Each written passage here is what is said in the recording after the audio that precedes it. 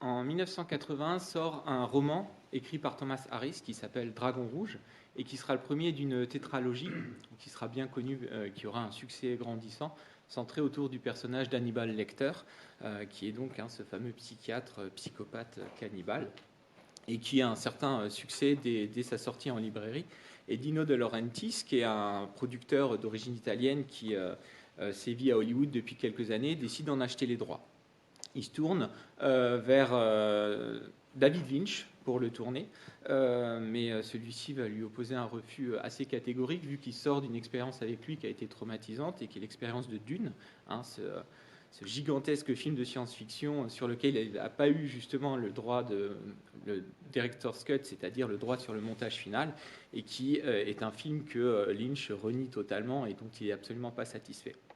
Ça ne les empêchera pas de retravailler ensemble, puisque en 1986 sortira Blue Velvet, qui est aussi produit par Dino De Laurentiis.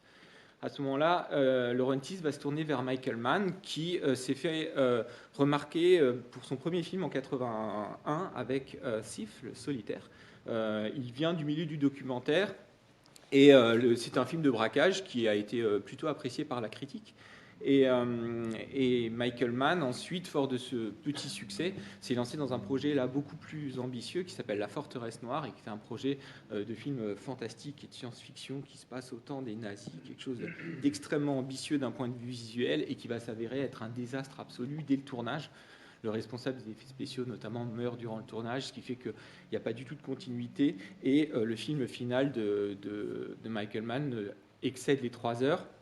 Et la production, là aussi, il n'a pas le final cut, va le tronçonner pour un film d'1 heure et demie qui ne ressemble à pas grand-chose et qui est vraiment totalement raté et qui, évidemment, ne remporte aucun succès en salle. Donc après cet échec, Michael Mann se tourne vers la télévision et fait son premier grand coup des années 80 en créant la série Miami Vice, de flics à Miami, qui va vraiment fonder toute l'esthétique qu'on va connaître dans cette série, mais aussi dans les films à venir de Michael Mann, à savoir cette imagerie extrêmement froide, cette esthétique clipesque. Et ça va être un grand succès qui va lui permettre de justement être de nouveau contacté par les producteurs. Donc il accepte ce projet en se garantissant un certain nombre de conditions qui lui permettront de travailler comme il le souhaite. Il a pour le coup le fameux director's cut et c'est lui qui écrit le scénario. De la même façon que procédait Thomas Harris, qui vraiment à l'américaine, qui va totalement s'imprégner d'un milieu, qui va énormément se documenter pour pouvoir écrire. Michael Mann fonctionne de la même façon, il va se documenter sur les fameux profilers à Quantico dans le FBI. C'est l'un des premiers qui traite en fait de ce sujet, donc c'est un sujet qui le passionne beaucoup. Et il va donc écrire son propre scénario et commencer à mettre en place un certain nombre de repérages.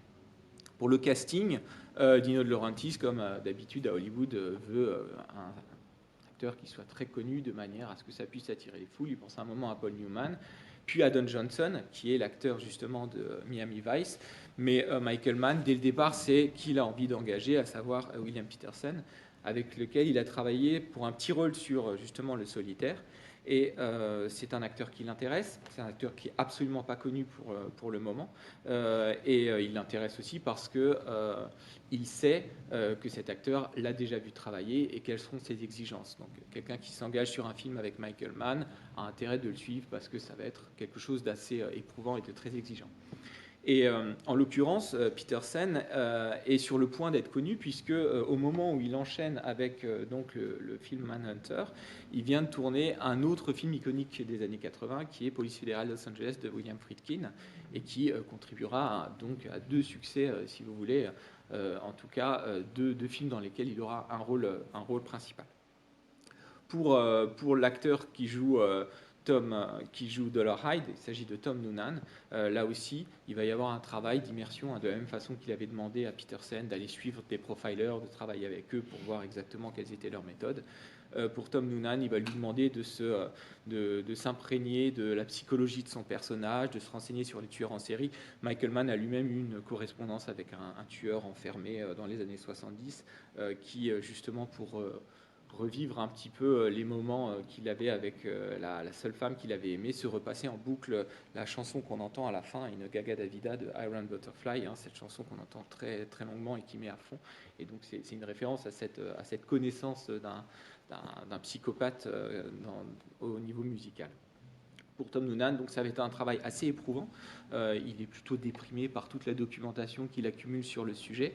Et au bout d'un moment, il se rend compte que pour pouvoir être en lien avec son personnage, il va devoir vraiment rester dans son incarnation et il ne veut pas qu'il y ait de rupture. Donc il commence à demander, avec l'accord de Mann, qui aime bien ce genre de perfectionnisme, à ne plus être appelé par son prénom de personne, mais à être appelé uniquement par celui de son personnage.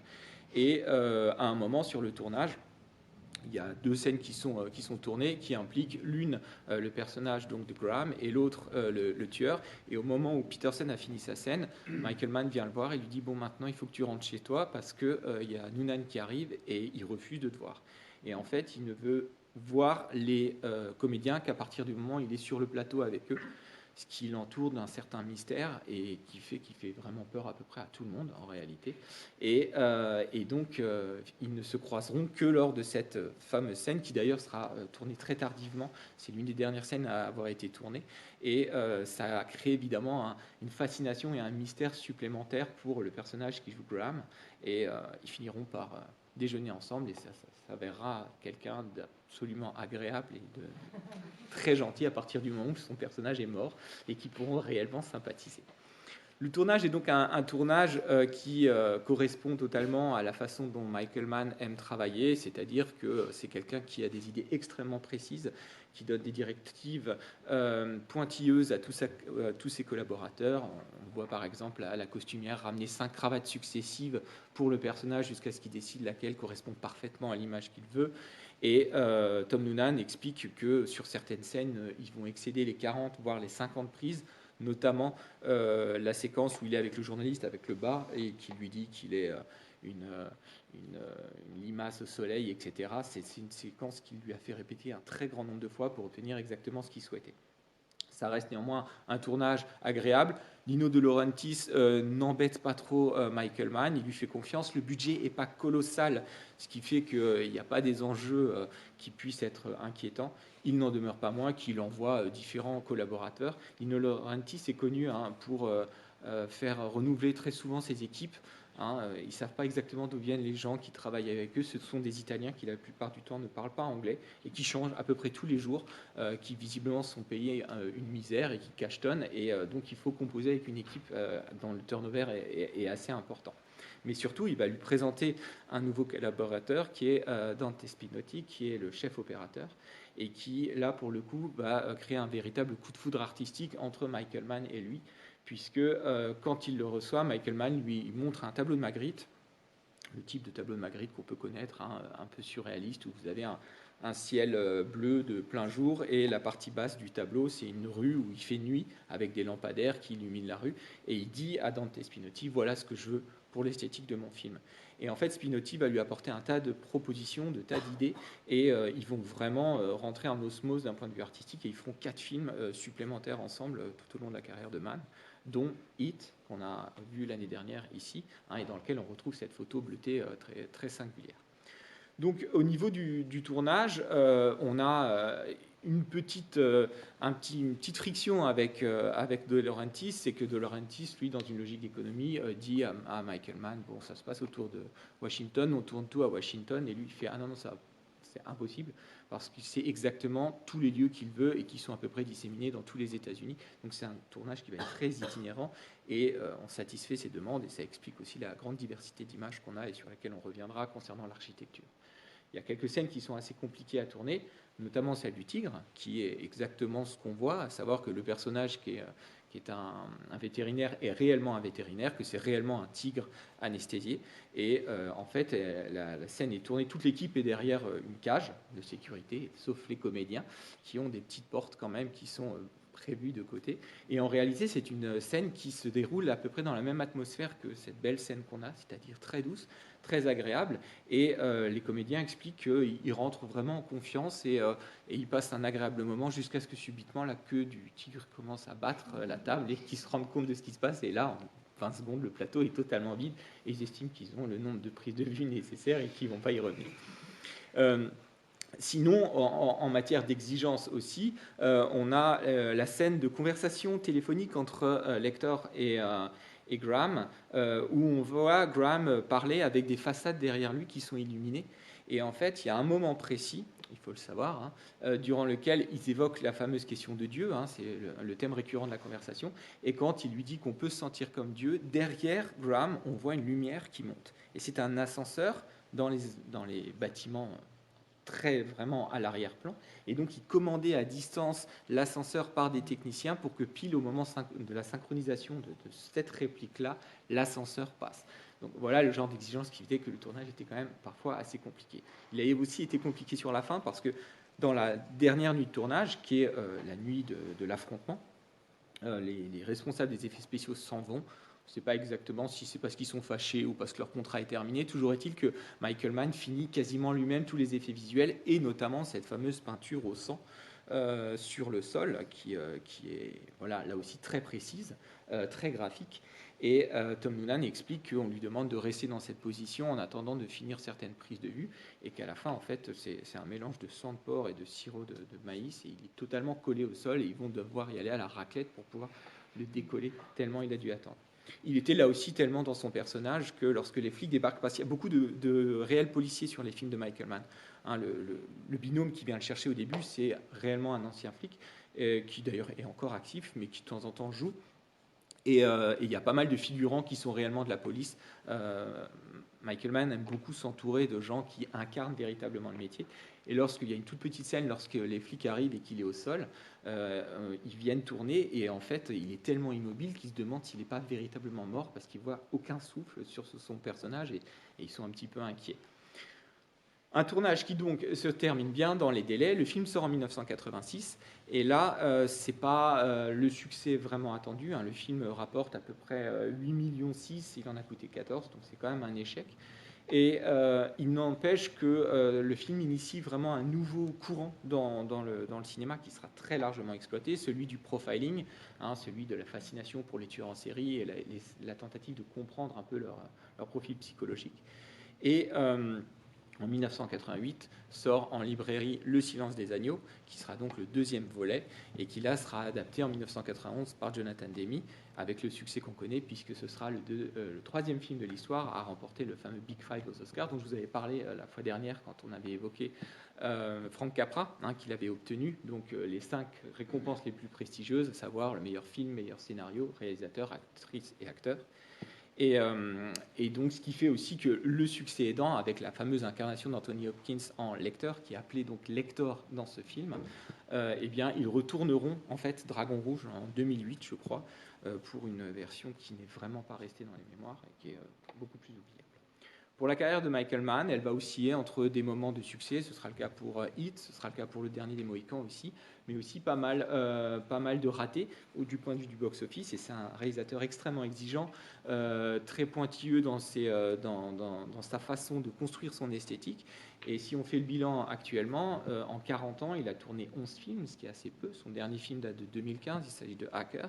Et ça fait plusieurs années qu'on nous annonce son suivant, qui actuellement est daté pour 2023 et qui s'appelle Ferrari et qui reviendrait sur la carrière d'Enzo Ferrari.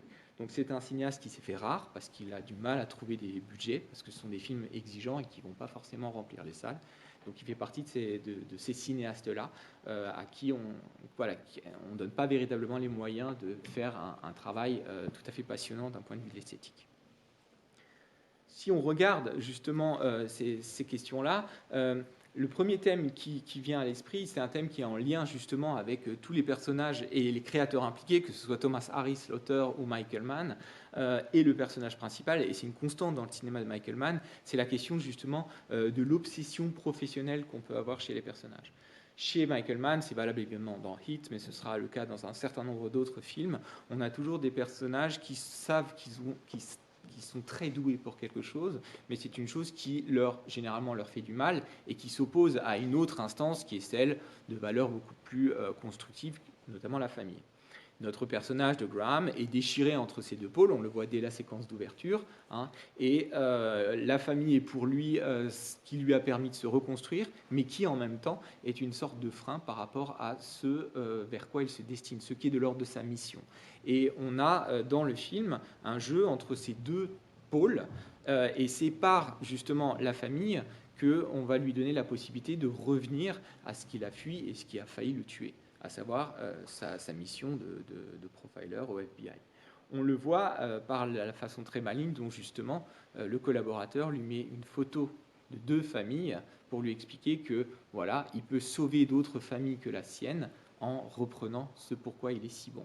Et on va avoir cette porosité-là, de la même façon qu'on a lors de la discussion avec le fils, une sorte de passation assez étrange, dans cette très belle séquence dans le supermarché, où il explique à son fils un petit peu ce à quoi il est confronté, et tout en lui expliquant que c'est quelque chose de terrible, d'une certaine façon, il lui passe aussi la fascination qu'il a, sans réellement nommer ce qui s'est passé, en parlant des choses les plus laides du monde, il lui transmet aussi cette fascination en un sens.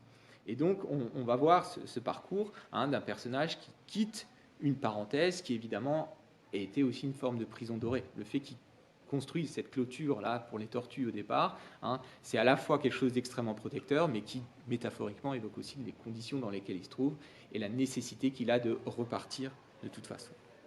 En surplomb, évidemment, de ce professionnalisme, on va avoir la manière dont Michael Mann construit son esthétique. C'est quelqu'un qui pense à absolument tout ce qu'il fait, tout est réglé au millimètre, que ce soit son cadrage, que ce soit la composition à l'intérieur du plan. Voilà, c'est un film qui est vraiment très souvent enseigné dans les écoles de cinéma pour des analyses de séquences. Il y a des séquences qui vraiment sont éclatantes dans la construction, que ce soit le montage, la manière dont on a décidé justement de cadrer l'image et de la construire. Et c'est évidemment très visible dans le rapport à l'architecture. Tous les éléments architecturaux ont vraiment du sens. Comme je vous l'ai expliqué, Michael Mann a un collaborateur qui passe son temps, selon les instructions de son patron, à aller dans les États-Unis, voire ailleurs, pour des films un peu plus ambitieux, et à prendre en photo des lieux qui puissent correspondre. Et donc, Michael Mann connaît des façades, connaît des maisons, et c'est vrai que toutes les maisons sont toujours absolument fascinantes, tous les bâtiments, et on va avoir des images comme ça extrêmement iconiques. Vous avez la scène où il monte dans cet ascenseur, on a l'impression qu'il rentre dans une espèce de squelette de monstre géant. Vous avez évidemment toute la prison, qui est un lieu absolument fascinant, qui est un musée d'art moderne en fait à Atlanta. Et toutes les maisons qui sont vraiment des maisons d'architectes, qui sont fascinantes, qui sont extrêmement belles et qui en même temps offrent toujours des très grands espaces dans lesquels les compositions sont extrêmement étudiées. Il y a aussi évidemment, d'un point de vue esthétique, toutes les recherches qui sont faites sur la couleur. L'une des premières instructions que donne Michael Mann à Dante Spinotti, c'est de lui dire « j'aimerais qu'on mette du vert de temps en temps pour signifier une situation de malaise, une situation de dysfonction ». Et c'est vrai que quand on regarde le vert, ce sont vraiment des moments un peu critiques dans lesquels soit on patine, soit on est un peu en lien avec des éléments qui évoquent le mal, qui évoquent la dysfonction. Et Spinotti lui dit « ouais, c'est très, très bonne idée, mais qu'est-ce que tu dirais aussi du bleu ?» Et en fait, c'est vraiment Spinotti qui va lui présenter cette couleur bleue, qui va associer au personnage de Graham et à son épouse notamment. C'est vraiment à la maison. Et ensuite, ils vont justement composer les couleurs en fonction des thèmes. Le personnage de Dollar Hyde, il sera plutôt du côté de l'orange, du rouge. C'est notamment le titre original. Alors, le titre original n'a pas été gardé parce que, pour 2 raisons. Dino De Laurentiis venait de produire L'année du dragon de Michael Cimino, qui lui aussi avait été un succès un peu mitigé, donc par superstition, il n'avait pas envie de le reproduire. Et Michael Mann, lui, avait peur qu'on prenne ça pour un film de kung-fu, parce que les dragons, la fureur du dragon, etc. Donc, il ne voulait pas qu'il y ait de malentendus, donc ils avaient décidé de laisser tomber. Et Noonan, dans son entraînement, parce qu'il a fait énormément de musculation, etc., il avait notamment les maquilleurs qui lui avaient tatoué de manière éphémère un gigantesque dragon rouge sur tout le torse, pour une scène où on le voyait dans son lit avec ce dragon rouge qui était en correspondance avec le fameux tableau de Blake. Et finalement, au montage, Michael Mann dit « ouais, ça fait un peu too much », donc on le coupe au montage, ce qui l'a un peu frustré parce que c'était évidemment un travail très long de déguisement et de maquillage. Mais il y a une photo de tournage qui a fuité, donc on peut la voir, ce qui d'ailleurs avait rendu Michael Mann furieux.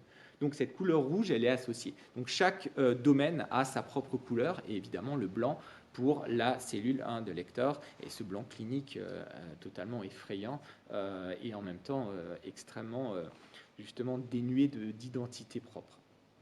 Donc tous ces éléments-là vont être aussi soulignés par le rapport à la musique.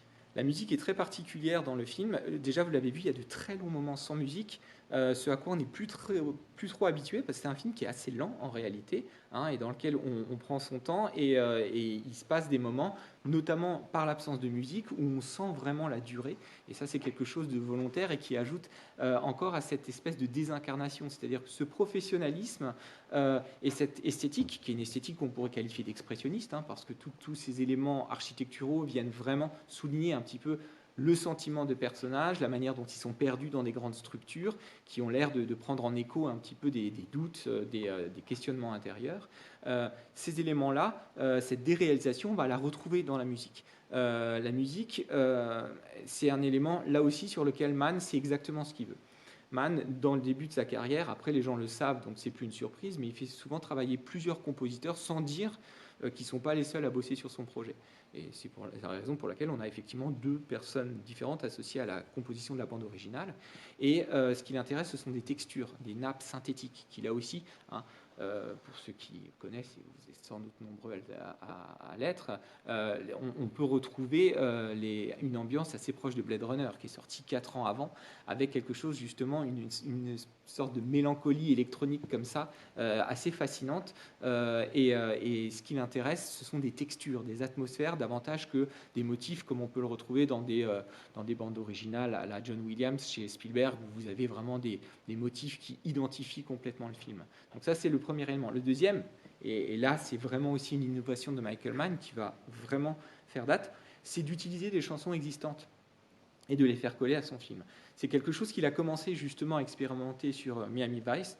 Hein, il y a notamment une séquence très célèbre que je mettrai en lien sur la vidéo où il prend une chanson de Phil Collins, In the Air Tonight, et on voit la course des 2 personnages principaux dans une voiture de nuit, et vous avez vraiment ici une espèce de masterclass sur ce que deviendra le cinéma de Michael Mann, la ville, la nuit, la voiture, et une esthétique justement clipesque. Et ça, on le retrouve ici, c'est-à-dire qu'il prend certaines chansons existantes et il les colle sur des séquences qui sont des séquences vraiment qui sont isolées et qui ont une forte identité, et pour lesquelles la musique va vraiment accroître tout ce qui s'y joue. Et c'est quelque chose qui va devenir une constante dans les années 80, dans des films beaucoup plus populaires. Mais si vous regardez des films comme Le flic de Beverly Hills, ou Flashdance, ou même Top Gun d'ailleurs, on a vraiment des chansons qui sont totalement associées au film. Et ça, c'est vraiment Michael Mann qui initie un petit peu cette mode-là, d'une certaine manière. On n'est pas pour autant, malgré tous ces éléments justement qui virent vers le clip, vers même l'abstraction de la construction de l'image, on n'est pas pour autant dans un film totalement dénué d'humanité.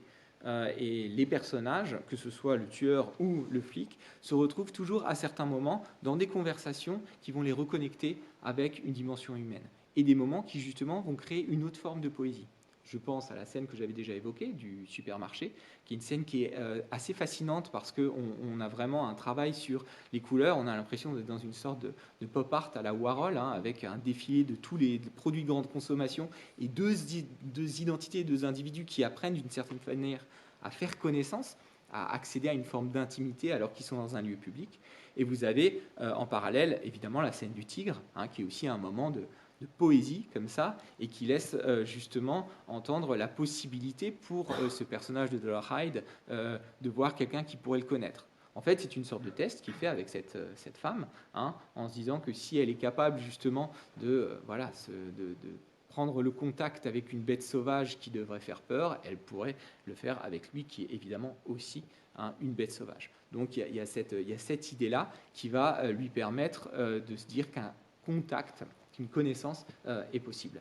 Et c'est aussi un autre moment qui est très important dans ce rapport à l'humain, c'est que la manière dont Reba, donc cette femme non-voyante, prend contact avec lui, elle interrompt un moment où il est en train de regarder pour la 100e, 1000e fois ces fameux films, hein, ces home movies, ces films de famille, et elle interrompt le rapport virtuel qu'il a à la sexualité. On voit bien qu'il regarde cette femme, hein, en maillot de bain, etc., qui est dans une logique de fantasme, et elle interrompt ça pour lui proposer un réel contact physique qui, on le voit bien, le déconcerte complètement et va le faire basculer vers quelque chose d'autre qui pourrait peut-être un petit peu changer son existence. Parce que c'est là que se joue évidemment un des thèmes majeurs du film, qui est le thème du regard.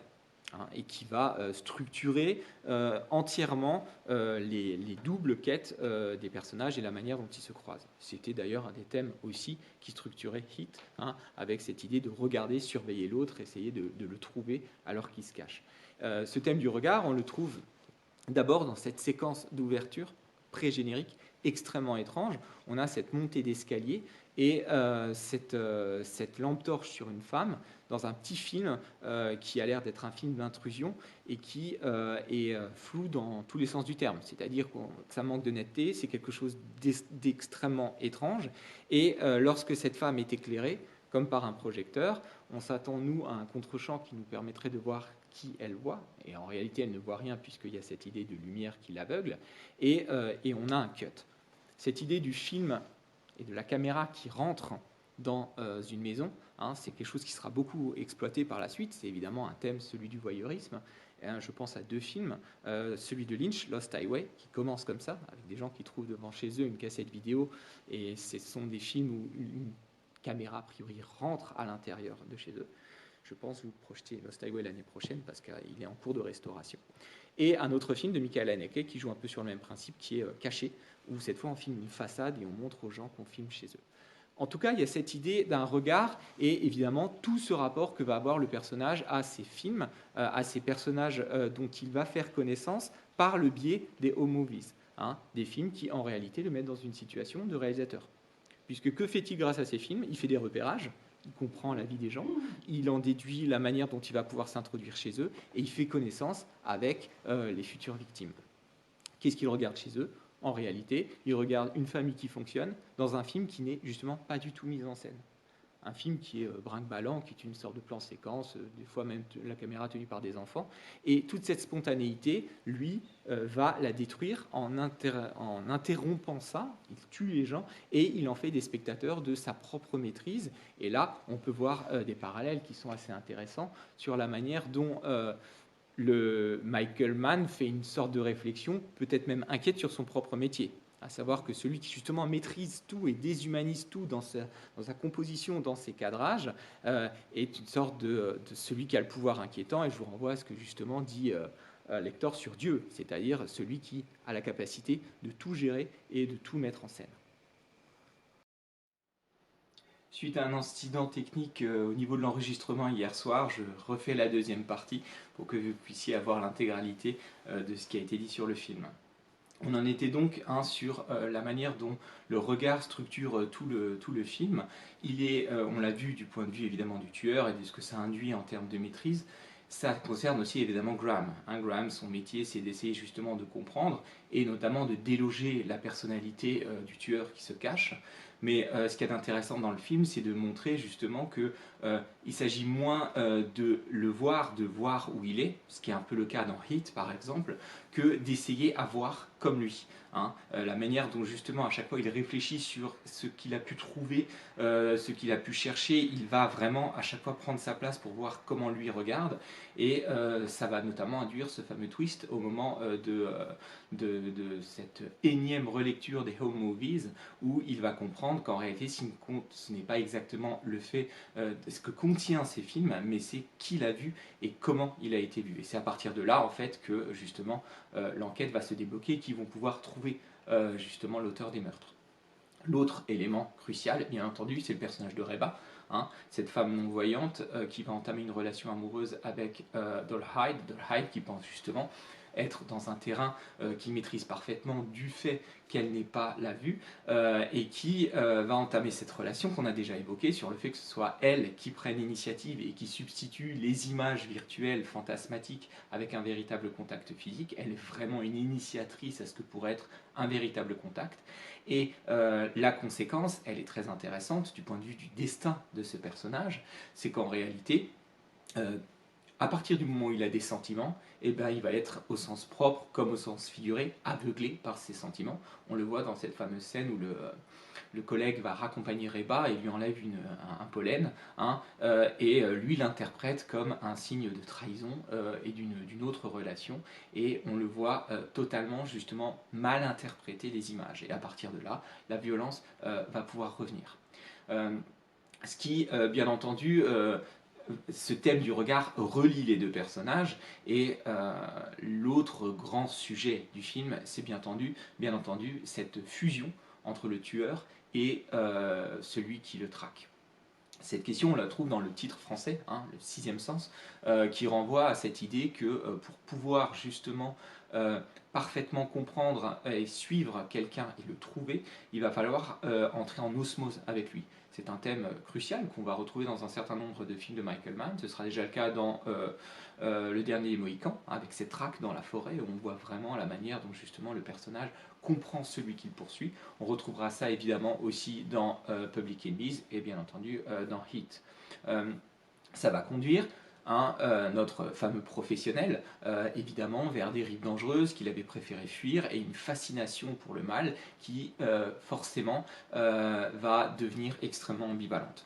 La première scène où il reprend du service est une scène de ce point de vue-là qui, au point de vue de la mise en scène de Michael Mann, est tout à fait édifiante. Vous vous rappelez qu'on avait eu ce film amateur extrêmement étrange en scène pré-générique, sans contre-champ, avec cette lampe torche braquée sur la femme. Et lorsque Graham justement commence son enquête, eh bien, il va reprendre le parcours de ce tueur, avec exactement les mêmes images, la même lampe torche, les marches qu'il gravit, et la scène, et c'est ça qui est particulièrement étrange, est filmée comme une scène avec un tueur. C'est-à-dire qu'à un moment, on ne voit que ses pieds, comme si on essayait de ne pas nous dévoiler son identité tout de suite. La manière dont il traverse les pièces, il ne s'arrête même pas devant la chambre des enfants, où on devine pourtant des éclaboussures de sang, ce qui semble dénoter une certaine froideur, voire une certaine indifférence. Et la tension qui s'inscrit dans cette scène laisse entendre qu'il pourrait tout à fait être l'auteur de crime, voire les poursuivre dans les pièces suivantes. Et c'est à partir de là qu'on nous explique clairement qu'il va falloir, entre Graham et Dolarhyde, une véritable fusion pour que l'identification puisse avoir lieu. C'est pas pour rien d'ailleurs qu'à la suite de cette visite des pièces, il va aller dans la salle de bain et vous avez une série de miroirs qui va le dédoubler son image et le mettre dans une position là aussi assez étrange, puisque lorsque le téléphone sonne, on le voit qui a le sentiment d'être pris sur le fait et il se regarde dans le miroir et il est en train de prendre conscience qu'il quitte une part de l'humanité qu'il avait réussi à reconstruire en démissionnant notamment. À partir de là, on va avoir évidemment toute cette idée d'un changement. On le voit dans la manière dont son fils justement le regarde, et essaye de ne pas le laisser seul avec son épouse, cet étrange rêve qu'il fait dans l'avion, où on a plusieurs fois une scène où on voit le point qui est fait sur le fond, l'arrière-plan, et non pas sur sa femme qui reste floue. Donc on voit la manière dont les choses commencent à se dissocier du point de vue de ce qu'il avait réussi à définir comme étant stable dans son existence, et qui va bien entendu le mener vers une sorte d'aliénation. On a un personnage qui parle seul la plupart du temps, qui s'adresse directement au tueur avec un you qui pourrait tout à fait renvoyer à lui-même, comme dans une logique, si vous voulez, de journal intime par exemple, et qui finalement le voit seul s'adresser à des baies vitrées, à des miroirs, qui bien entendu renvoient toujours à son reflet par ce processus d'identification. On notera d'ailleurs la similitude encore une fois avec Heat, où je vous rappelle qu'on avait cette fameuse phrase All I am is what I'm going after, à savoir je ne suis que ce que je poursuis, et c'est exactement ce qui se passe dans ce film qui précède Heat. Paradoxalement, et en même temps c'est une forme de logique, dans ce principe d'osmose, on a le tueur qui de son côté, à partir du moment où il est présenté, à l'exception de la scène avec le journaliste, va être quelqu'un qui va apprendre l'humanité, qui va s'initier à la possibilité justement d'une vie normale. Comme si on était dans un principe de vase communicant et que tout ce que Graham commence à apprendre en termes de monstruosité, en termes voilà, d'exploration des zones sombres de l'humain, eh bien, le vide de son humanité, une humanité que prend justement Dolarhyde, notamment dans son rapport à Reba, et qui va avoir droit à son propre petit cliché, un lever de soleil face à un plan d'eau, quelque chose de très beau, et qui laisse entendre qu'il, d'une certaine manière, vampirise toute l'humanité de celui qui est en train de le traquer. L'affrontement nécessairement va se passer évidemment par un rapport à ces fameuses surfaces réfléchissantes. Hein. La scène finale commence par le coup de poing donné par Dolarhyde sur le miroir. Il s'agit, voilà, il le dit d'ailleurs, hein, Francis n'est plus là, Francis est complètement parti. Donc cette identité de l'homme potentiellement justement caché derrière le tueur s'efface à nouveau. Et de l'autre côté, vous avez la course de Graham qui va traverser la vitre, qui affronte son reflet, qui se débarrasse justement de cette proximité et de cette confusion entre lui et le tueur pour pouvoir l'affronter. Un affrontement d'ailleurs qui est assez frustrant, qui est très bref, une espèce de, voilà, de coup, il est plaqué au sol directement et ensuite on y répondra par une séquence quasiment tout aussi brève où il l'abat. Qui génère effectivement quelque chose qui ne semble pratiquement pas à la hauteur de ce qu'on avait pu voir avec justement toute cette attente d'un véritable face-à-face. En fait, le face-à-face n'est pas possible. Il ne peut pas y avoir de parole, il ne peut pas y avoir d'échange, parce que pour que Graham en finisse avec sa mission, il s'agit d'éradiquer celui qu'il était potentiellement en train de devenir. Donc on est vraiment dans quelque chose qui va être bref et cathartique d'une certaine manière. Bien entendu, on peut comparer ce face-à-face à un autre, qui est finalement secondaire, mais qui est tout à fait crucial et central dans le film, qui est le face-à-face avec Lector, tel qu'il est appelé dans le film. Là, c'est une scène qui, là aussi, va pouvoir préfigurer le fameux face-à-face qu'on attend pendant 1h30 dans Heat, celui entre De Niro et Pacino, cette fameuse scène de la cafétéria, et ce segment-là, qui est placé assez tôt dans le film, dans cette cellule blanche, et là encore, une séquence comme on en voit très souvent analysée dans les écoles de cinéma, parce que c'est vraiment une leçon de mise en scène absolument magistrale. On a cette exploration de la cellule et un champ contre champ qui habilement laisse toujours les barreaux devant Lecter ou Graham. Et lorsqu'on regarde la disposition, le travail sur le cadrage et la composition des espaces, on a un travail sur les obliques qui montre toujours une sorte de malaise. La manière dont Graham n'arrive pas à maîtriser l'espace dans lequel il est, et surtout un ascendant progressif de Lecter qui, en dépit du fait qu'il est assis dans sa cellule, domine très largement. On a des légères contre-plongées qui montrent justement que Lecter regarde et va vers un personnage, Graham, qui lui est plaqué contre le mur de la cellule et qui suffoque. Jusqu'à cette très belle course qui reprend toutes ces thématiques qu'on avait pu évoquer sur la question expressionniste de la mise en scène de Mann, cette façon dont il court dans ce grand, dans ces allées circulaires qui font penser finalement à une sorte de souris dans un laboratoire, si vous voulez, dans un labyrinthe, et qui, pour le coup, était le musée d'art moderne d'Atlanta. Et la sortie en caméra subjective devient assez vertigineuse, et on se retrouve sur ce plan final de la sortie de la cellule, où on a vraiment une composition extraordinaire avec cette ligne de fuite et un personnage qui, à l'extérieur, est encore plus enfermé visiblement qu'à l'intérieur. Tous les plans autour de lui, que ce soit les barrières, les fenêtres, etc., tout est totalement orthonormé et les barreaux sont absolument partout autour de lui. Et nous avons ensuite un plan subjectif très étrange où il y a une étendue verte, toujours ce vert du malaise, sur laquelle il n'arrive pas à faire le point, et ce n'est qu'au bout d'un certain moment, en ayant desserré son col, qu'il arrive à voir correctement la pelouse.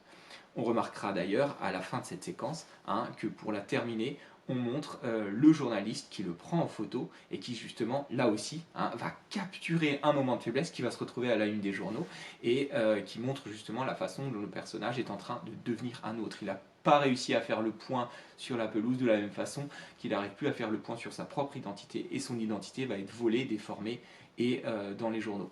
Et il jouera d'ailleurs un rôle pour la première tentative de capture avec le journaliste. Donc on a vraiment toute une série comme ça d'éléments qui ne cessent de nous montrer des personnages qui se perdent, qui vont se dissoudre, mais qui le font par nécessité pour mener à bien, évidemment, leur mission. Qu'est-ce qui reste à la fin, si ce n'est une série de clichés, dans les deux sens du terme. Si on regarde les images finales, l'image finale évidemment de Dolarhyde, donc le tueur, c'est celle d'un cliché qui rejoint le pur fantasme qui était le sien, à savoir qu'il est tout à fait ravi, enfin pas ravi, mais il est dans cette espèce de cliché avec le sang autour de lui, qui va bien entendu complètement le faire fusionner avec l'image fantasmatique qu'il avait de ce fameux tableau de Blake. Ensuite, le retour à la famille de Graham nous laisse supposer un happy end qui pourrait même être un peu irritant. Hein. Les tortues sont sauvées, l'enfant est tout content et vous allez avoir cette reconquête de l'horizon. Je vous rappelle que le premier plan c'était ce fameux arbre hein, mort sur lequel étaient les deux personnages. Et là, c'est le couple face à l'horizon, face à la mer. L'image est très belle. Nous avons une belle chanson typiquement des années 80 et le fils qui les rejoint. Et ce fameux freeze frame à la fin, hein, ce plan gelé qui date un petit peu d'un point de vue esthétique. En réalité, si on regarde, c'est pas véritablement ça qui va nous rester du film. Déjà, c'est pas le souvenir qu'on en gardera, mais aussi il faut voir la manière dont la séquence est construite. Parce que on a un principe de transition à la suite hein, du meurtre, enfin de l'élimination plutôt du tueur. Graham se retrouve dehors, d'ailleurs dans les bras hein, de Reba qui lui demande très opportunément qui êtes-vous et il va dire Graham, Will Graham, comme s'il cherchait lui-même à reconquérir sa propre identité. Et après ça, il se retrouve justement sur hein, cette vue sur l'eau à l'extérieur de la maison du tueur et avec le flic assis devant lui. On les voit dans un sale état réellement. Et lorsqu'il tourne la tête, il est face à son fils. Ce qui laisse supposer une sorte de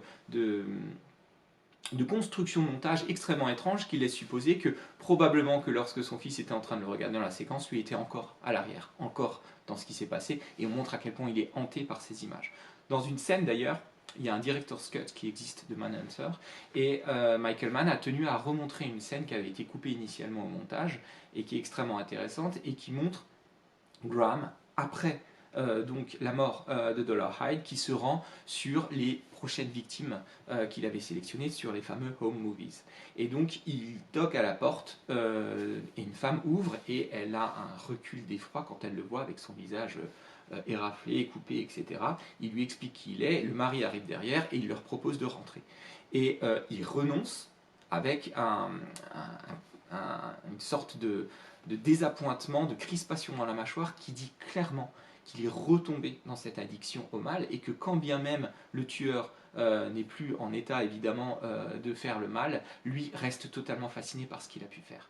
On remarquera d'ailleurs aussi que Lecter est toujours vivant et que Lecter a aussi, lui, été une figure du metteur en scène. Hein, celui qui, depuis sa cellule, a réussi à prendre des contacts, à donner des adresses, à initier, si vous voulez, cette propagation de la violence. Et celui-ci existe toujours et il reste la némésis absolue de Graham. Donc ces images-là, ce sont celles qui restent réellement. Et on voit très clairement que le personnage poursuivra en dépit du sentiment d'avoir accompli son devoir, il restera totalement hanté et tenté de revenir à ces images de la même façon que Michael Mann ne cessera de réinvestir cette ville nocturne et les zones sombres de l'humanité. On se retrouve dans 2 semaines pour la fin de la saison du Ciné Club avec Rencontre du troisième type de Steven Spielberg. À bientôt.